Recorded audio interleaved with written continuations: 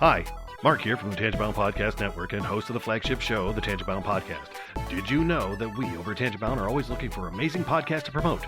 And did you also know that we are also proud nerds and geeks of everything from movies, music, gaming, TV shows, and comic books to wrestling, MMA, soccer, and football?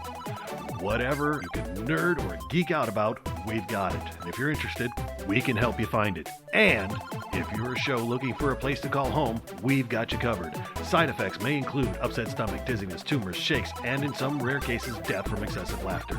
Though to be fair, it's only sometimes. Other side effects may include diarrhea, gallstones, heart palpitations, and strong desire for cookies on the dark side. Talk to your doctor and visit TangentBoundNetwork.com and see if Tangent-Bound Network is right for you.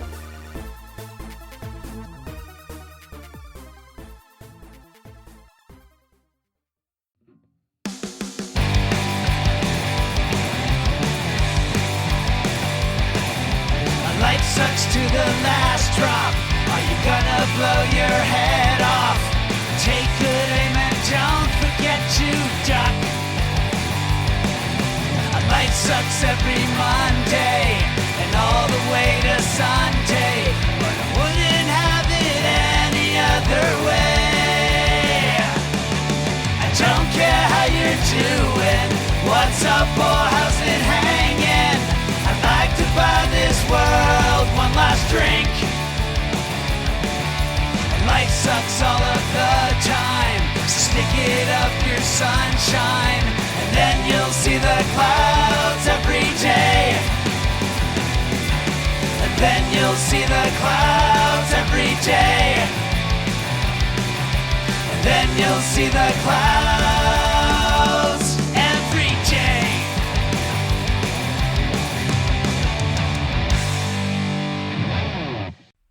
Welcome to the Crazy Life, everyone. My name's Jen. I am your hostess for the evening, and with me, as always, we have Brian and Hanno.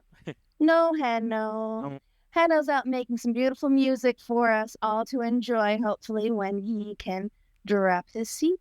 So have fun recording with the boys tonight, and hopefully all goes well. Yep. So, Brian, how are you? Oh, not too bad. Finally got my computer stuff all sorted, which has been, you know this, having known me forever, is that, and I think I know I've talked about it on here too, is that money's my number one trigger for depression, anxiety, whatever, or I should say lack of money. But money problems have been a problem for me for a long time, and I've tried really hard to to take that step back when you run into them and go, okay, you're okay, you'll figure it out, there's whatever, but it's still really tough for me to do. So, having issues with the computer made me real nervous, especially having to take it back in after I bought a new one, and then the hard drive I had put in it, was my old hard drive, and it wasn't working. Something was wonky on that, and I was like, oh man. Because now I'm thinking, great, I hope I don't have to buy a new hard drive in this thing and then do the, it's like I'm going to be looking at, a few $100 in repair or something like that. And, it's like, well, but it was like, and it's like, okay, we'll steel yourself for an hour of labor, because they're going to have to diagnose it, look at it all. So, you're going to have to pay an hour, and that's fair. I'm not, Right. An hour sounds about right. But when I went to pick it up, the guy was like, it's all taken care of. And I was like, really? And he goes, yep. He's like, you're all set. And I was like, I don't know. I'm like, not even for an hour of labor? And he goes, nope. He's like, you just bought this from us. He's like, we really want you to have a good experience walking out the door here. And I was like, okay. I was like, well, I appreciate it because, like I said, if they had said, hey, it's $60 for the hour, but no problem. Here you go, because that, fair's fair. I don't expect someone to do their craft for free, but I was very appreciative that they did. And of course, we'll recommend them, around town. So it was funny though, because like a day or so later, my mom was like, I can tell you're doing better. Because I kind of not broke down, but I don't usually tell her a lot of stuff because she's a worrier too. I don't want her to worry, And, you always forget sometimes that people around you don't mind helping you sometimes shoulder the yoke, Mm-hmm. you know, and that they have strong shoulders too. And that sometimes you need that. And I got to a point where things were I just kind of felt like it wasn't just that, it was that and my phone, the situation with that, and it's a couple other things. And I just felt like everything was kind of crashing at the same time on me, you know? Yeah. And I just opened up to her about everything. And it's when stuff like that happens, that's when I really feel like a burden, you know, like the depression really, the door's open for it, you know? And it for sure cannot wait to get in, much like my cat in this room I'm in right now. She will be sitting right outside that door the second I open it. If I don't look, she will be in this room. And depression is the same way.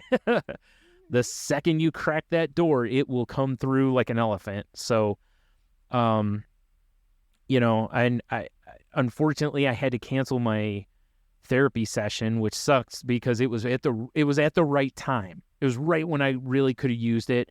And I had such a bad migraine that day. Like I couldn't even convert it to a phone one because my head was just hurting so bad. I couldn't focus. You know, you've been around me. I can't put a sentence together. So, at that point, I feel like I'm just wasting both of our times. Yeah. You know? So I got to reschedule that soon and whatever. But that whole thing was a really good test for I talked about that last time about, going on a lower dose, and I haven't gone back up. I think because I was able to, I don't want to say fix it, but I was able to Manage through it. Yes. And I didn't feel like it was tough, but I didn't feel like it was out of my wheelhouse. So for now, I'm going to, again, I'll talk to my therapist and my psychiatrist about that to kind of see if they're on the same page, or if they're like, maybe you should go back up because, there's no need to fight if you don't have to fight kind of thing. This can really help.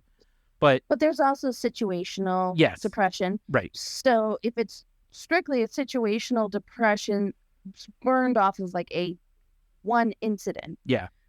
Then you kind of can take, if you manage through it okay, you can kind of take that one out of the out of the history of it all. Well, and it also helps when you can pinpoint it, right? Like I know 100% if someone had walked up and handed me $1,000 and said, "This is yours," boom, that would have went away. Not completely, but a lot of that weight would have been gone that second. So, it's when it's something like that, it's like, okay, well, this isn't the unexplainable depression where I just wake up and just can't get out of bed or whatever. So for now, what I faced is okay. Now, if I face something like that and find myself having trouble, getting out of bed, then it's like, okay, maybe, but either way, I'll talk to my team and see what they say, and then we'll move forward. And I say it that way because, it's a team conversation, but ultimately my decision. Yes. So it's kind of like being a head coach, basically. You've got other coaches bringing you information, telling you stuff, but in the end, it's your choice. So, but overall, I think I'm closer to kind of back to normal. My phone was still stressing me out because not the money part of it so much, but because of but what happened and how I was going to have to pay for it. I was literally going to have to contact Verizon 2 times a month. Like the first one to schedule my actual payment, then schedule a payment for later in the month that I absolutely wasn't going to be able to pay because it would have been the remainder of my balance, right? Then before that date, I'd have to contact them again to change that to the next month, so it would be my monthly payment basically, and then schedule another false payment. And I was going to have to do this. Basically, it looked like I was going to take me about 10 months to pay this off. So I was going to have to do this every month for 10 months. And that's insane. Yeah, because they don't apparently do payment plans, which is funny because if you buy a phone through them, they have no problem just billing it to your account and you pay X dollars every month toward the phone.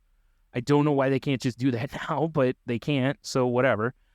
But I sold some figures and different stuff I had, and I think I've got it basically taken care of for now. And, So I might have missed it. What happened with the phone? I thought I owned it outright, and I did not. I still And you changed carrier. and I changed carriers, so that immediately made me owe like $600. Yes, I got you. So yeah, I follow. right. And it was one of those things where it's on me. I fully own it. I didn't. I thought I owned it. I should have double checked before I switched. Which, for anyone out there thinking of switching to Mint or Visible or any of those the cheaper providers, make sure you own your phone first and make sure it's not what's the word for it? Locked.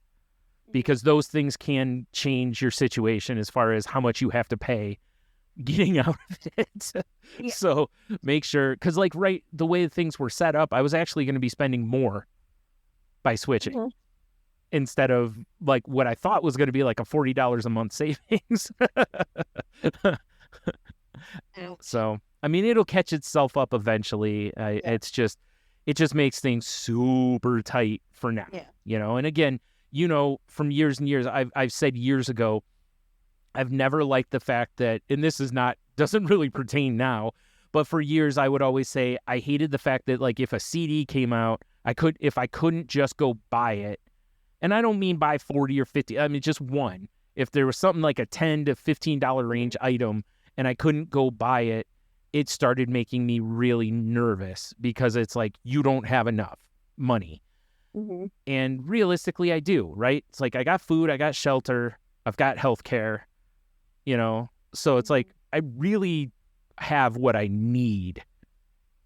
I may not have what I want, but I have what I need. Exactly. So being able to reframe that for sure really helps and everything. So, but I'll tell you, trying to list stuff to sell while you're going through the depressive episode, not easy. I can imagine. Because first of all, I sold some stuff I didn't want to sell, things that I kind of was holding on to for, things that I really wanted for myself, or for the fact that it was like, I don't have a lot of things that are worth much anymore, and when you sell what you do have, you drop your, like, oh boy, if I need to pull money out of my ass again, it's going to be even harder next time, kind of a thing. But you can't worry about next time. It's do it now. And, I think overall I'm on, this is similar to like Heno talked to us about this. It's like where sometimes the things you do kind of really wreck you financially now, but in the long run, you're making the right move and you see it. So it's, and that's what it is. Eventually I'll hit a point to where I'll be like, okay, I'm stable and my phone bill is less now. Mm-hmm. Unfortunately it was a $500 mistake, but eventually I'll get back on the other side of things and whatever and whatever. So, it's just a good lesson to learn, like I said, and hopefully anyone listening can learn from me that if you're going to switch your provider, make sure you own your phone first. Because the way I got caught was I traded an old phone in. They said they were giving me X dollars for the phone, which would basically cover the new phone. So I thought, I'm giving you something, I'm getting something. This is an even transaction. What I didn't realize was you also have to stay on their plan for like 2 years. So Got it. Yeah. And that's the catch. So yeah, which is fine. I agreed to it. Like I said, my fault. I didn't double check it. I paid the price. So here we are. But yeah, other than that, I think things have been boring, honestly. I mean, really, and like, because, when you're stupid tight on money, you're not really going to go do a whole lot. Right. So I haven't, I've really tightened even further, and I've been pretty tight with my money for a while now. But, when you have to, so I just tightened it down a little more and, paused and or canceled a couple streaming services that, whatever, because it's like, well, I can always come back to this. It's not like I don't need this, so yeah, but it's so nice to be back on this computer because it's so much faster. I bet. And, having a 27-inch monitor versus even the 17 on the laptop, it just seems so tiny compared to this thing, I bet. But the speed is more of it because like doing podcasts and like, you know, I have better internet speed. I have the when I'm running stuff through that Adobe AI to clean it up, it's so much faster. You know, like doing it on the laptop probably took 3 or 4 times as long. You know, and then uploads take longer, all that stuff. Because it's just, you know, it's not that it's that old. It's only like 5 or so years old. But it's still, compared to this computer, it's just way slower. So Yeah. I'm fortunate in that aspect. So, you know, like I said, it's nice to have that backup. And that was the thing with the computer, right? I knew that all along, it was like getting this other computer becomes a bonus. Like I have a computer, it's just super frustrating. And that was part of it too, right? Like when you know you're going to have to do something really frustrating for a while, and it's like, you know, like, you know, you know, I'm sure you can, you know, like you know, if you have to settle for like a car that's not what you're used to or whatever. Like I remember when I filed for bankruptcy years ago, you know, one of the guys in there, he had a BMW. He had a BMW and a minivan, and guess which one they make you sell? Hint, it isn't the minivan. Unless the minivan was worth more money. Like if it was a brand new minivan, but even then they wouldn't have made him sell it because he had kids. So, you know, that he can justify it. But, you know, if you had like a $50,000 truck and you have a BMW that's worth 10 grand at this point, it's like, maybe it's time to get rid of the truck. But yeah. So anyways, I think that's about it for me. I can't really think of a whole bunch else. How about you? That's cool. Yeah, I've been busy. I've been doing a lot of dog sitting jobs back to back.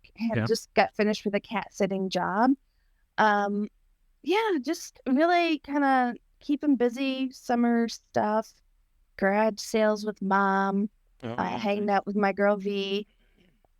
It's been nice. It's been not too crazy, a little busier than I anticipated or wanted it to be. Yeah. But for the most part, everything's going really well. Are you getting a chance? Are you still giving yourself time to balance, you know, to recover basically?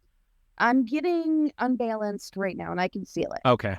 Yeah. I need to I need to adjust. Yeah. So I don't have any other animal jobs coming up, and work's actually kind of quiet. So what my plan is, because pretty soon we're going to be on the 4th of July.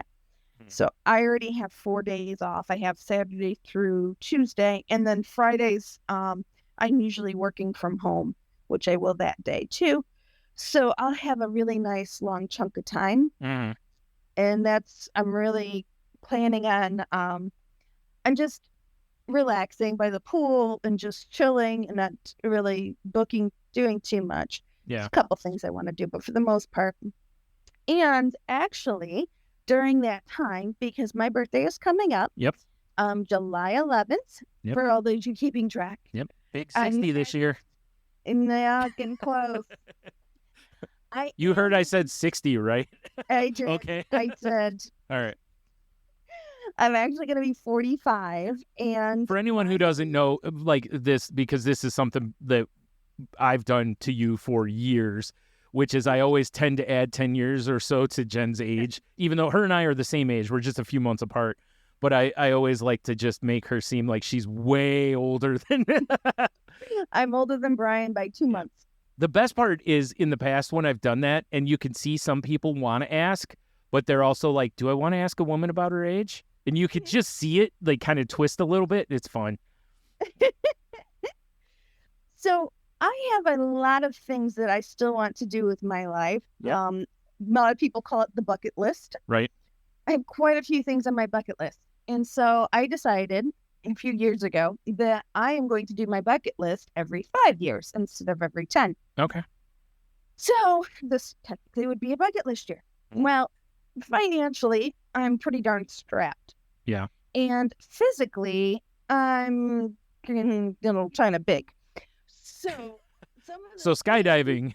Some of the things have restrictions that don't quite fit right now. I understand. Yes. That. Yeah.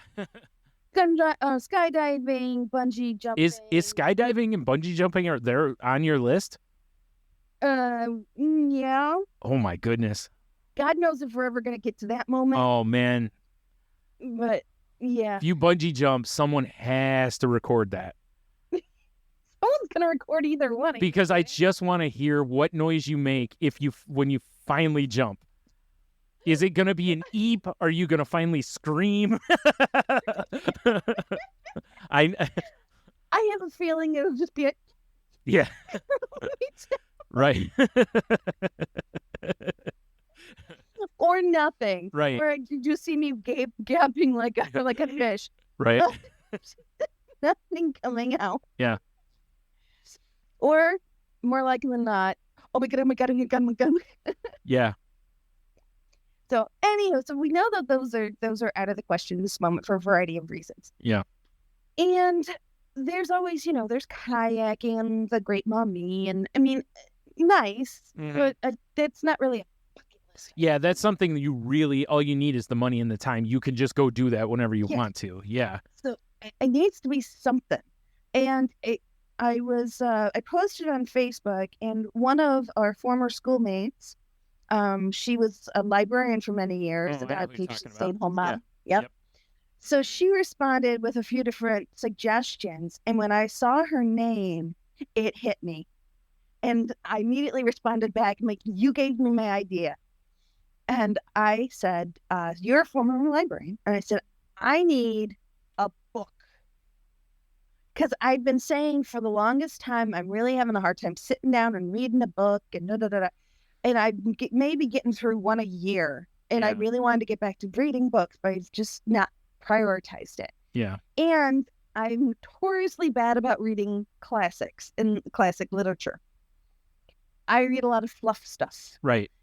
So I posed the question to her. I said, I want a classic, the strong female lead, touches on humor, touches on romance, touches on, life events. hmm You know what I guess? What book she came up with? I don't know. 1,000,001 movies have been made off of this, including spoofs. Fast and the Furious? Yes. Completely, man. Classic literature at its finest. Yep. No. Pride and Prejudice. Oh, duh, of course. Yeah. Yeah. Okay. I've never read that either. Cause So that is what I'm doing for my 45th birthday. Cutting a few years off there for me. sure, why not? Yeah. I am reading Pride and Prejudice. Okay. Because I was gonna say, if you hadn't decided on a book, something you could have done too, and you still could. And no reason.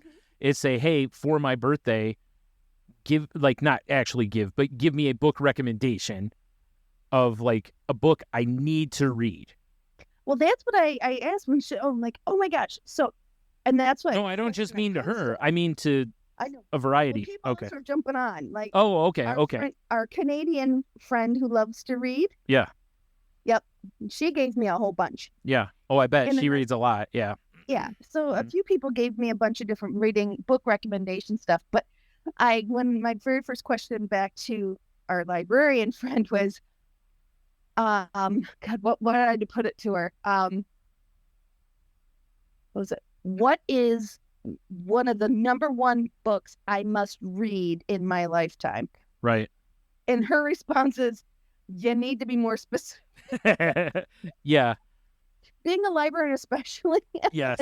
Right. I could Well, I mean, really, like narrow it down a touch. if like there's been tons of lists done of these, right? Like the greatest books ever, the greatest books you have to read, those kind of things. And, and of course there's a lot of them on there that I've read some of them. I wouldn't even, it's not like movies where like the year that the AFI did the top 100 movies, I was like, well, I work at a video store. We have all 100 movies. I'm going to watch all of these. I never did watch all of them, but I watched probably 70 or so of them. So I've seen most of, at the time, what were considered the classic greatest movies of all time. Obviously now, those things change as good movies come out and something creeps up. But books, I'm probably nowhere near. If you took the top 100 books, I'd probably not even close. I probably read like 10, Yeah. and it would have been all in school probably. Yeah. you know. And you know me. I mean, my entire adulthood has been pretty much chick lit. Yeah. I mean, occasionally there'll be a little, something a little heavier in there, but for the most part, it's nothing but chick lits. Yeah. So now, and for those that are not familiar with the term, it's chick lit. Yeah, not chiclets like the gum. Yeah. I was thinking about that. I'm like, man, I'm kind of running that together kind of fast. Maybe Right. I should break it down a bit. Yeah. So, and it's just light and airy, silly, fun Yeah. stuff. I've been that way though too. It's like I want to get back into reading so badly because I miss it so much. Because it used to be such a huge part of my life.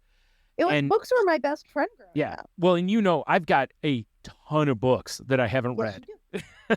So that's where I want to start. And the thing is, I've never stopped. Like anytime I see a book I want to read, I add it to my Amazon wish list. Now, the part that good stinks is that over time, they probably pulled some out, so I'll probably have lost some. At some point, I would love to go on, was it Goodreads or something like that, and create a new wish list or a Google Doc and do it. So it's something I've always kind of wanted to do too, because like books like Lord of the Rings, I still have not read that. I now own all of the Game of Thrones series because I picked them up at a Goodwill for like 50 cents a piece. So I own all of those. I have never sat down and read. Like I've got so many books like that are books that people are like, you haven't read that? Kind of stuff. Mhm. And I've heard that tons of the Star Wars books are really good. And, like there's just all these things that I want to read. But like I told Tony, we ran into this. I've run into this a lot, is that I want to constantly consume, and I have to keep reminding myself that you can't consume everything. And by that, I mean music, books, podcasts, video games, all the things. It's like you can't possibly do, I can't listen to a podcast, play a video game, and read a book at the same time, like, comics too, like, so there's all these things, and it's like you kind of just have to pick and choose, and so I think it's cool that you want to do that, because I do know, like you said, it's like I know you used to read a ton. I'm assuming you don't much now, which makes sense because phones. I have other issues with that. I actually saw a thing recently. Sorry, I'm interrupting you big time here. It's called Bionic Reading. I'll have a link to it in the show notes. And it's so weird because you can put, like, there's this, if you go to bionic-reading.com, you can, it bold faces some of the letters differently to where you can burn through it. But I read through the paragraph that was the sample one like 4 times, and I'm like, if you gave me a test, I don't think I could pass the test. Yeah, the retention still isn't there. But I read it fast. Like, I burned through it. Like, it helped me read quicker. The problem is it doesn't help you retain. Yeah. And, but for some people that don't have, like, I think mine is that I need to retrain my brain to retain, because the internet does not teach us that. It teaches you to get little snippets and keep moving, So for somebody else, it might be an amazing tool for them, but it looks so weird. It's a little rough on the eyes for some people from what I read too. But anyway, sorry, I've made this all about me. Anyways. No, it's fine.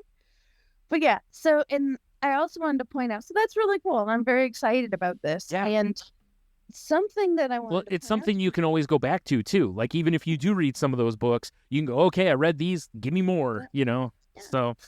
Because when I turned 40, I renewed my library card. I vowed then I was going to start to read. I've read maybe 3-4 books. Well, you in the didn't. last 5 years. You didn't say when though. You just said I'm gonna read. Exactly. So, even COVID, when we're like stuck in the house, Yeah. did I read? No, Yeah. of course not. I So it's tried. just- I did try. I read a few paragraphs of one book, which is big for me. So, and bucket list items, because someone told me, they're like, oh, that's not a bucket list item. It's reading a book. And I'm like, no, bucket list items are very personal. Yeah. Well, and also, You- yeah, I was going to say a bucket list is whatever you choose it to be. I mean, you can have your own criteria. Like you said, with the kayaking locally, it's like, well, maybe you don't put that on there. Exactly, on somebody else's bucket list, Yep. I won't judge, but it's just, that's not a bucket list item for me. Right. Just like reading a book is not probably going to be someone else's bucket list item. Yeah. That's fine too. But you're But also it's not you're not just saying I'm going to read a book. You're saying I'm going to read a book that is regarded as one of the classics. Yeah. So like if your bucket list is to read through classic books or something like that, you know what I mean? It's like that changes it to where it's a big deal because time is involved in that. So, and it's something And that, it's like not you all said, classic. No, just gonna no. read Pride and Prejudice. Yeah. Maybe there'll be others that follow. We'll Right. see. but like you said, your wheelhouse has not been books like that. It's been, same kind of stuff like my mom reads, a lot of like fluff books. Mhm. I said a lot of like fluff books, like you said. yeah. Oh, yeah. Which are fine. There's Fantasy nothing wrong with that. woman, Murder mystery, Yeah. maybe an animal thrown in here or there. Occasionally they talk. It's great. Right. Oh, So they're basically- vampires. I was going to say Janet Ivanovich and Yes. Yeah. There's a couple cat series. right. Mm-hmm. Mm. So, anyhow, so we talked long enough about that. But yeah, so I mean that's about what's going on with me. I'm in a good spot. I really am. I'm still making sure that I'm staying on top of things. And as I feel myself getting overwhelmed, I'm making adjustments. And so far so good. So knock on a lot of wood. My brother's also coming into town in 2 weeks, so that'll be really nice to see him. Oh yeah, that's right. He's going to be in town somewhere near your birthday, won't he? Yes, he'll be in town. I believe it's the 8th through the 11th of July, Okay. or 8th to the 10th, something like that. The Thursday through Sunday. Right. Mm-hmm. So, with that being said, do you happen to have a topic that you'd like to discuss tonight? Oh yeah. I'm going to make you focus. I have to find it. There it is. Okay. Yeah, this was the one I saw the other day on Tiny Buddha, and it's something we kind of, even though we years ago kind of pivoted from chasing happiness to being happy-ish, more so, or chasing being just looking for contentment. But this one is by Janice Holland, and it's 3 things to do if you're wondering why can't I just be happy. And I'm going to skip like her intro. If you want to read it, of course, this will, the link will be in the show notes or whatever. But it says, like the obstacles to overcome are, the first one, it says, validate past experiences. It says, when you don't fully validate and process painful past experiences, the energy of those experiences gets trapped and contained within your body. It takes consistent and continual emotional energy to keep the walls around those experiences high and with the energy they contained. The energy and emotion inside are deep and strong, and to keep these feelings away from our consciousness, we can't allow ourselves to experience any deep or strong feelings, even the good ones. Allowing yourself to pull down these walls and grieve all the deep and strong feelings inside will free your emotional energy to feel deep and strong, happy feelings too. For her, the author, this meant feeling and processing the sexual abuse I endured as a child. Said for years I convinced myself that I was fine, and that happens to almost everyone. I tried to minimize my experience and leave it in the past. The walls I had built to keep all the grief and pain of those experiences out of my conscious daily awareness drained me and prevented me from feeling life in real time. I was guarded with a very shallow access to my feelings. No one wants to go back and work through the pain of the past, but I discovered that doing grief work with my therapist allowed me to truly let go of the pain and thrive in the present. And this one, it doesn't have to be like a sexual assault, but it could just even be a bad relationship or a relationship that ended. It doesn't even have to be bad, but just one that you didn't process, the grieving part of it or whatever. Yeah, so I think that's a really good one because I went through this with the loss of my dad. Yeah. I buried it for years and finally started talking about it in therapy a long time after it happened, to where I was really trying to help myself with the grief and the blame and all the steps in the grieving process. So, Well, I can feel my walls, pretty much. I've been through some stuff, and we'll leave it at that. Yeah. But I'm at the point that I've always been move forward, process what you can, learn what you can, move forward. Yeah. And I have not been able to emotionally connect with any of those things that have happened in the past unless I'm in a very specific state. Yeah. And let's just say that is influenced. Other than that, I can't connect the emotions to the facts. And it's very robotic from what I've been told. It's almost as if someone else is speaking, or I'm speaking of someone else, and not of the actual events that I've been through. Right. I am finally now at the point that the wall is bursting. I'm not choosing to take the wall down. The wall has decided to give out. Right. You're not maintaining the wall either. Well, and that's I've been trying to, Right. because I'm trying to picture Katrina and New Orleans as we're trying to hold the water back, Yeah. and bracing for impact. But it's starting to break and it's starting to come out in different ways. And it's like I can't seem to stop it. It's just falling out of my mouth and inappropriate times and not when I want to say anything, or it's like I don't even, I've been holding it back for 30 some years. Yeah. It's finally at the point it's like, no, lady, you can't handle this anymore. It's coming out. Right. And it's, man sakes alive. You think I would have prepared for it, and I have not whatsoever. Well, that's the funny part about it, right? Is that I think by building the walls, I think we feel that we've prepared for it. Mm-hmm. And we really haven't. And a friend of mine posted something the other day where she was talking about how, she thought she had things really handled well, and she didn't realize that she was carrying her trauma through to her kid and teaching him things, her behaviors that were based on her trauma. And she was realizing that he was learning those behaviors even though he hadn't experienced the trauma. And she was like, and I was like, oh my, she very much was like, I need to stop doing this because I don't want him to live this way, basically. Yeah. And we don't even realize we're doing it because you normalize it over years, So, this is definitely a really good starting spot. And like I said, it doesn't even have to be big stuff. It can be smaller stuff that you never gave yourself a chance to grieve over, or things that, a lot of us don't feel like we should, like you said, a lot of people, like when there's a loss in their family or something, they want to go back to normal as quick as possible. I want to go back to work. I want to go back to my routine because that helps me move forward. And, which is fine, but you also got to make sure that you do give yourself room and time to grieve along the way also.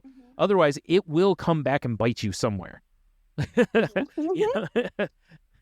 As much as we'd love to think you can bury it and just put it away, it always seems to find its way back to the surface. So, that's a really good place to start for it. Also, sometimes by that nagging feeling of leaving it unresolved kind of creates a drama in our own head. Yeah. To where it just won't leave you alone, and, finally putting stuff to rest sometimes, then you can find some peace in that. Which leads into the second point. And boy, have we talked about this one a lot. And it's let go of the need for control. It says when you're hurt in the past, it's normal to want to curate a life where you can't get hurt again, which, most of us, that's where we put the walls up, We create a sense of safety by ensuring our life is as predictable as possible. Anytime someone in our circle acts in a way that's outside our control, we ensure they get back in line so we feel safe.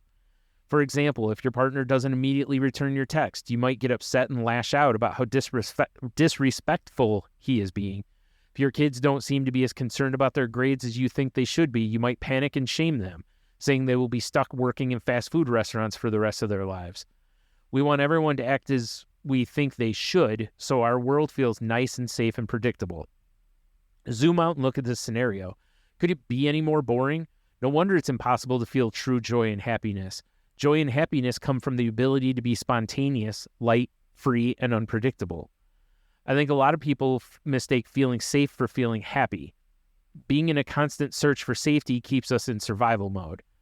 Knowing you are safe with yourself no matter what allows you to move out of survival into a higher consciousness that brings joy, pleasure, and happiness. It is true that many of us have very real pain from the past, and it's perfectly normal to want to protect ourselves from feeling that pain again by attempting to curate a life we can fully control. This is an unconscious decision we make out of self-protection.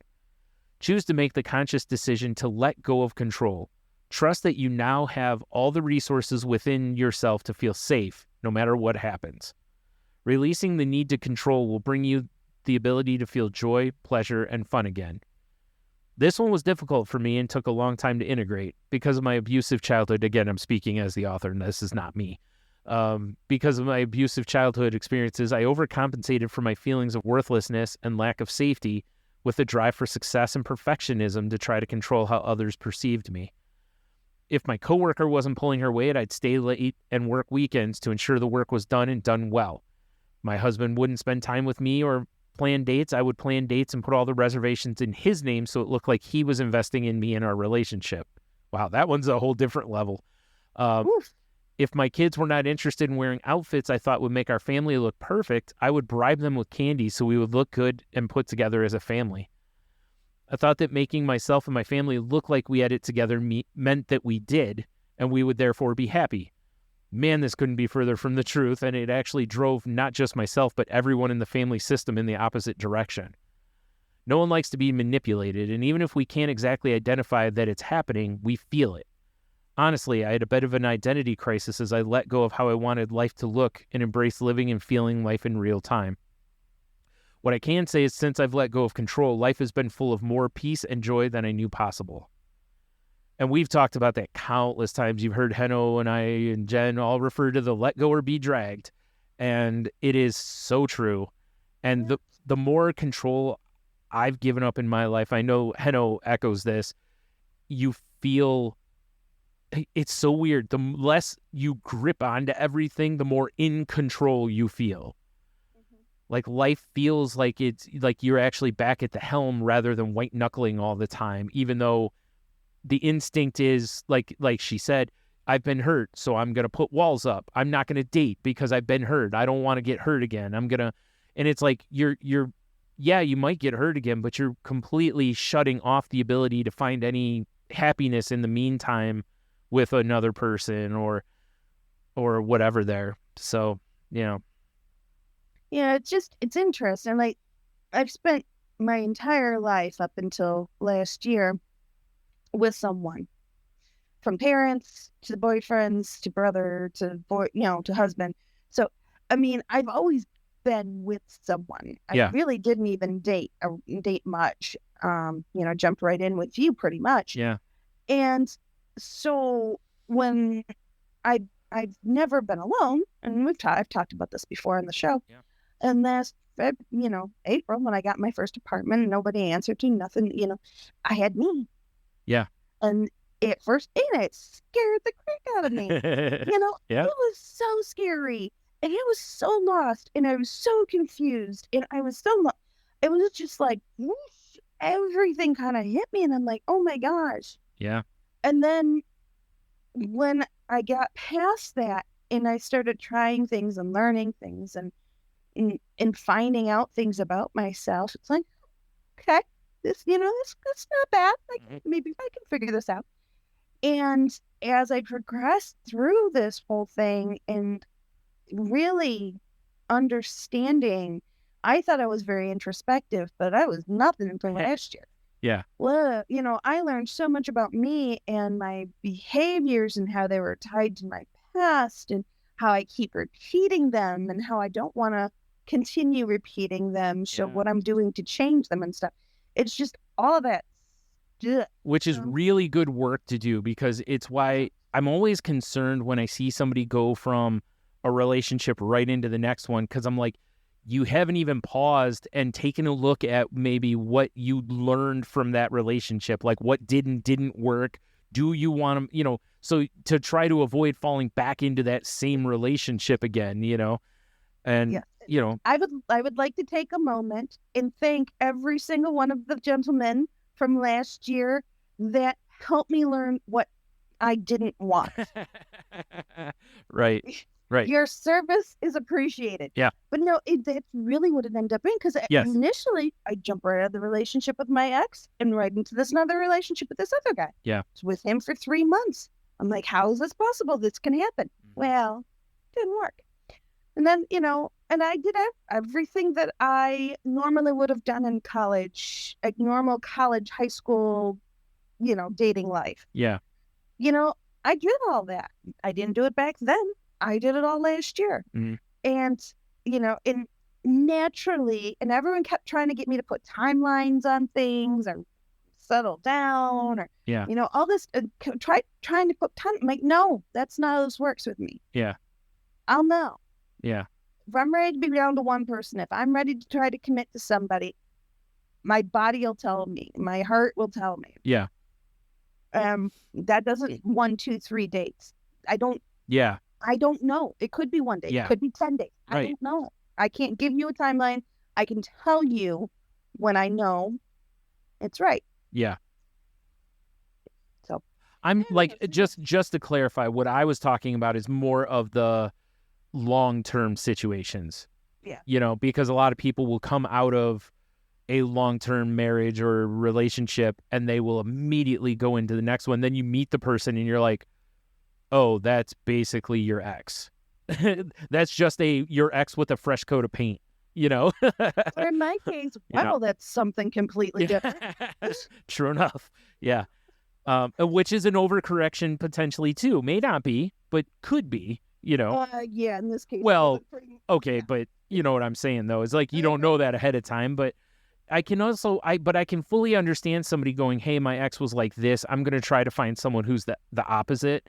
I do get that. Whether or not it works is a whole different story. But yeah, it's what we found is Yumi and Heno all are different ways of, like, Heno and I have talked about just being control freaks.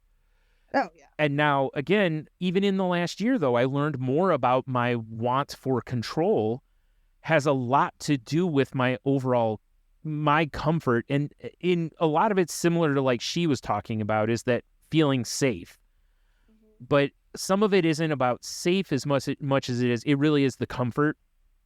Because, like I'm very much the type, when I go into a place, I do look for the exits. I'm not the type that has to have to be nearest to the door, or, there is a line there for me. But I am the type to do that. I like to look at a menu before I go to a place to make sure there's something my tummy is going to be comfortable with before I go, and that my wallet is comfortable. But I also have sensory things, like when someone's like, oh, let's go to this place on a Saturday night at like 8:00, and I'm like, oh, it's going to be noisy. It's going to be, my brain immediately is like, and I start pulling in, right? So the way I control that is to say stuff about it, like, oh, they're going to be crazy busy, and it hasn't mattered. There's been times we still go to those places, but there are times, what really sucks is when you know that going in and you go, and then it's like, oh God, this really is as bad as I thought it was going to be, and it's really affecting me. So next time someone mentions something like that, my brain goes, remember last time how horrible that was? You gotta get out in front of this. You need to make the plans, or you need to suggest the place, or, it's like, So I'm learning about, like, with neurodivergence and stuff, is a lot of the control issues that I've had really come down to, I sometimes can't do things unless I've got A, B, C, and D in line. And it sucks. And I fully understand and know that. But it's because my brain doesn't function the way most people's do when it comes to, hey, let's go out to eat tonight. A lot of people might be concerned about the money also, but for me, it becomes well, if I go spend $50 on dinner tonight, I'm going to not be able to sleep because of spending that money for a week. because it's going to make things so tight. I'm going to worry and worry and worry. And in the end, you go, it's not worth it.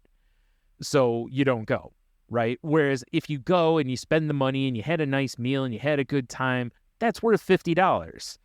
But at the same time, you know, when money's tight, it isn't, you know, like, so it gets to a point to where since I know I'm better about knowing my triggers now, and things that are going to flip those triggers, I still try to control, because I need to be comfortable in order to go do something too. But I also try really hard. I've always tried really hard not to control others' behavior. Like, if you want to go, Mhm. I'm just not going to go, kind of a thing, you know, and I'm not doing that to be manipulative. I'm just like, this does not work for me.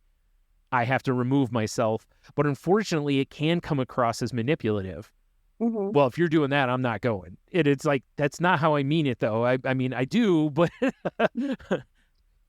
like, I'm more You know what you do? I can't afford dinner, but we'll meet you for drinks after. That's more of the move I've used, probably more than anything, because T and I have done that a couple of times with, you know, some of our friends when they wanted to go to places we couldn't afford because we was po.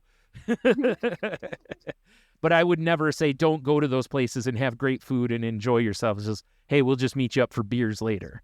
You know? Yeah, that's a great way. So, but a lot of this stuff that I've learned really has come from, you know, reading stuff on my own, but also talking it through with my therapist and whatever. And I've tried so hard to just let more go. I've tried so hard to not let, you know, pick my battles better, pick what hills I'm going to, you know, fight on.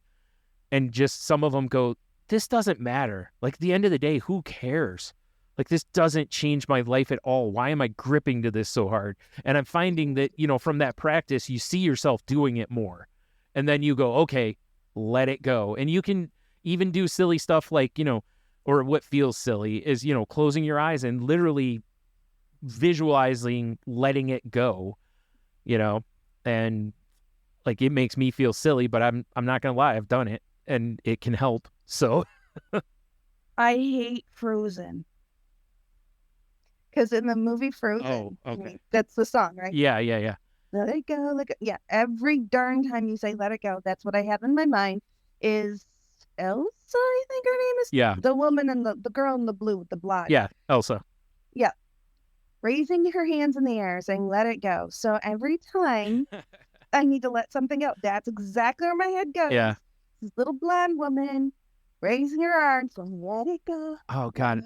I have a song from the 90s that always pops in my head that I can't even remember who the band is now. Was it like Local H or something like that, I think? But Maybe that's what I need to find another song. yeah, maybe. Yeah, it's funny because I just typed in "Let It Go" 90s song, and the first thing that comes up is Frozen, and I'm like, yeah, I deliberately typed 90s. I can't remember the name of the song. This is where we miss Heno, because Heno probably could pull it. But there was a song in the 90s that was basically like that, is, you know, let it go, let it go, let it go. And that's all that pops in my head. So, and it helps that I've never seen Frozen. I don't have children, so there isn't a constant playing of that song. I've maybe heard that song twice. I do not have children. I have not seen it either, but through a variety of different ways, I've heard it way too often. What I need, and JKL, this is your task out now. I need a song that says "Let It Go," but it's like heavier, like almost like metal. And you know, Metallica. Let it go. You know, I need something like that. Right. So there you go.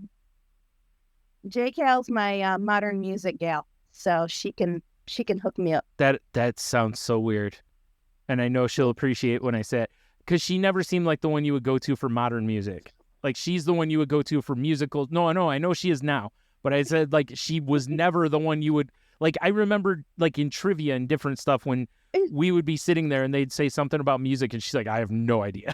Like, No, all the way through high school and somewhat into college, she was all about the musicals and only the musicals. Right. So she has a very different eclectic taste right now. Yeah, that's why I was laughing, is because it's so different, you know. Yeah. Man, so while we're talking, I've still been trying to find that song, and now of course I can't. This is where I need Of Tony. course not. Tony Yeah, probably could tell me. the Podcast, song. so we need to focus, I guess, huh? Nope. It is a No, podcast. once I moved on to something else, it's no. Done. Yeah. All right, this is not it. The internet keeps trying to throw it at me that it's James Bay, and it is not James Bay. I don't know why it keeps telling me this. Like, I even typed in some of the lyrics, and that keeps coming up. And I just looked at the lyrics to the song, and it's not the right song. Because I think his song is from like 2015 or something like that. The one I'm talking about is from like the 90s. Well, So- you can find it, and you can let the yeah, podcast well, know later. I'll for sure have to find it. Like, I know. can't I know not you're find it ambitious. now. Yeah. All right, focus. Nope. Do you have any other tidbits from? Oh, your yeah. visit? There's actually one more. Yeah, there's one more point on here. Okay. The last one is look for happiness. And the first line of this I really like, which is, what we look for, we will find, which is true. And I 100% can, honestly, I'm not going to read. There's a big paragraph with this one. So again, if you want to read this one, I'll for sure folks can just go read it. But I learned about this one big time because I didn't realize how much I was looking for negativity. Because once you're in that forest, you do not see it. You don't see it as looking for negativity, I tried to point it out. Oh, I know, didn't I know, agree but with you me. just can't. Well, no, because I was seeing it as being realistic, and that's the I- biggest misnomer that people with depression really fall into. Is you think you're being logical, you think you're being this, but it's we'll dust off the old distorted thinking worksheet and find that this is actually a very distorted way of looking at things. Now, I will say this: I don't think you have to look for happiness per se, but I think you have to not go out of your way to look for negativity, and you will start to notice things. There are things you can do. Like, honestly, one of the things I've done over the last few months that I got back to that I used to do is I've started like looking up more. Like at night, I look up at the moon, the stars. During the day, I look up and pay attention to the clouds a little bit more. And it's weird how just doing that improves things a little bit. It's it's not like I'm all of a sudden like, oh boy, but it's still the idea that I'm not. It's not. I don't know. It's like since you're paying, like she said in the last paragraph, since you're paying attention to what's going on now, you can't be caught up in what has happened, right? So living in the now allows you to not worry about, the 2 weeks where you were worried about money in your computer when you're paying attention to anything else, basically. And that's where I found my real moments of zen, if you will. Like when you and I were in Florida, remember when I was standing by the water and it was just calm and all I could hear basically was the waves. And I was like, this is maybe the calmest I've ever been. And it was, like stuff like that. And so you don't have to look for anything crazy. You don't have to chase happiness, but definitely, like, we've talked on this show tons about, and you've been the biggest champion in my life of it, is the celebrating the little stuff, because the little stuff is really where we find happiness, not the big stuff. The big stuff is fleeting. And I You know? would challenge the word happiness, Yes. and I would change that to enjoyment. Yeah, that's kind of what I was getting at, is like, don't Yeah. chase happiness. Yeah, because happiness is a fool's errand, but you can find happiness, but I mean, don't obsess on happiness. That's more of what I meant. Yeah, I mean, you can find enjoyment in everything, even the most awkward and uncomfortable situations. You can find that moment of enjoyment Yeah. somewhere buried in it. Yeah. Sometimes it takes, retrospect to see it, but Yeah. It's one of my million and one sayings that I say is, if you can't enjoy it while you're in it, at least walk away with a good story. I mean, yeah.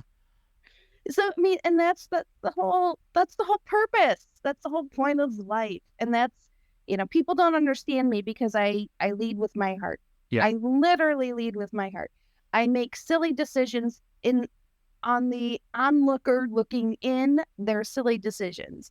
Yeah. For me, they're very well thought out decisions. They're calculated risks. Some people wouldn't take them because the risks are too high. That's fine. But it is calculated risk. I'm doing these for a reason. Right. And I am not harboring under any sort of illusion that I won't get hurt, because I will. It's guaranteed. Yeah. I lead with my heart, guaranteed I'm going to get hurt.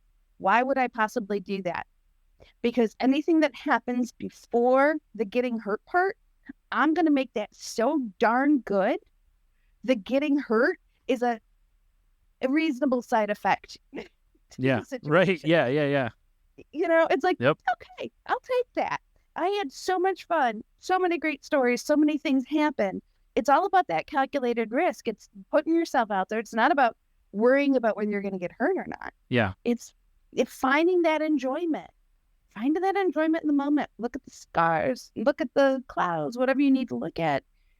Enjoy the person you're with. Laugh at the person you're with. Whatever. But Yeah. that enjoyment. Well, and also, one of the best things in here that it mentions, and this is really like when we were talking about the reframe of the word happiness, is this is really where gratitude comes in.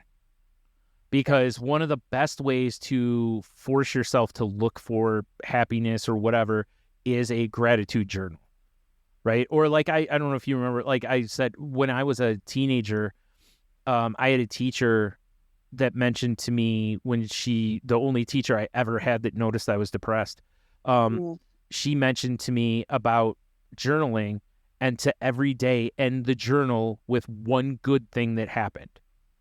Right? We've talked about, like Tim Ferriss talked about on his podcast, about every time something decent, like good happens to you, write it down, put it in a jar.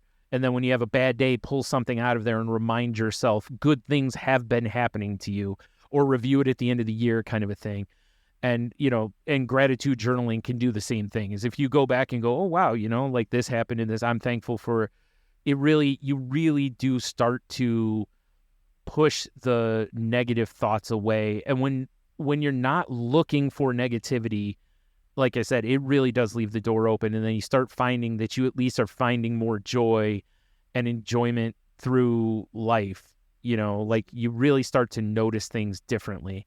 Now, granted, there are a lot of things that some of us have dealt with that are very heavy, that some of this stuff is very sounds trivial to. And of course, we, would urge you to, talk to a therapist or someone to maybe find, something that can help you process what you need to process. But most therapists can really help you with trying to reframe away from negativity. And that is a huge first step. Like letting go of things and not always looking for not always having to be the devil's advocate, not always having to wait for the other shoe to drop or whatever, the perfect time, all that kind of stuff, makes a big, big, big difference if you're trying to find things. And if you don't believe me, go back and listen to early episodes of this podcast and listen to this podcast again, and you can hear a massive difference in how I'm approaching things. Because early on, I was still very much in this stuff is a load of bunk. And I'm very much away from that now, to where I know I've annoyed people with kind of a lot of like different Buddhist things that I found and whatever that are a little more along those lines. Like, okay, like it's like, trust me, I know it sounds so dumb, but it works, So, yeah. So hopefully, everyone listening can find, their way back to the path of being a little happier, finding more enjoyment in the world and all that kind of stuff. Absolutely. All right, we good? Yeah, I think so. Sweet. All right, folks, we had a full episode tonight, talked about a lot of really great things, and I know you have some questions and comments and would like to talk with us more about it. So, if you'd like to talk to us, you know how you can reach us.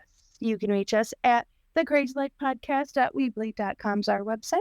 crazylifepodcast@outlook.com is our email address. If you'd like to reach me, you can either reach me through our Facebook page that Brian will tell you about in a minute, or feel free to shoot me an email. Just say, hey, Jen, and I'll know you're talking to me, and I'll be happy to talk with you. So, Brian, what about that Facebook page? You can find the show on Facebook at facebook.com/groups/Crazy Life Podcast. Yeah, I haven't done that in a while. I forgot. You can find the show on Twitter also, where I post when new episodes go up at the Crazy Life Podcast. You can find Heno on Twitter at Ida Heno. You can find him on Facebook at Heno Heiter. Or if you just reach out to the show, we can get you in contact with him. You can find me on Twitter and Instagram at Stunami.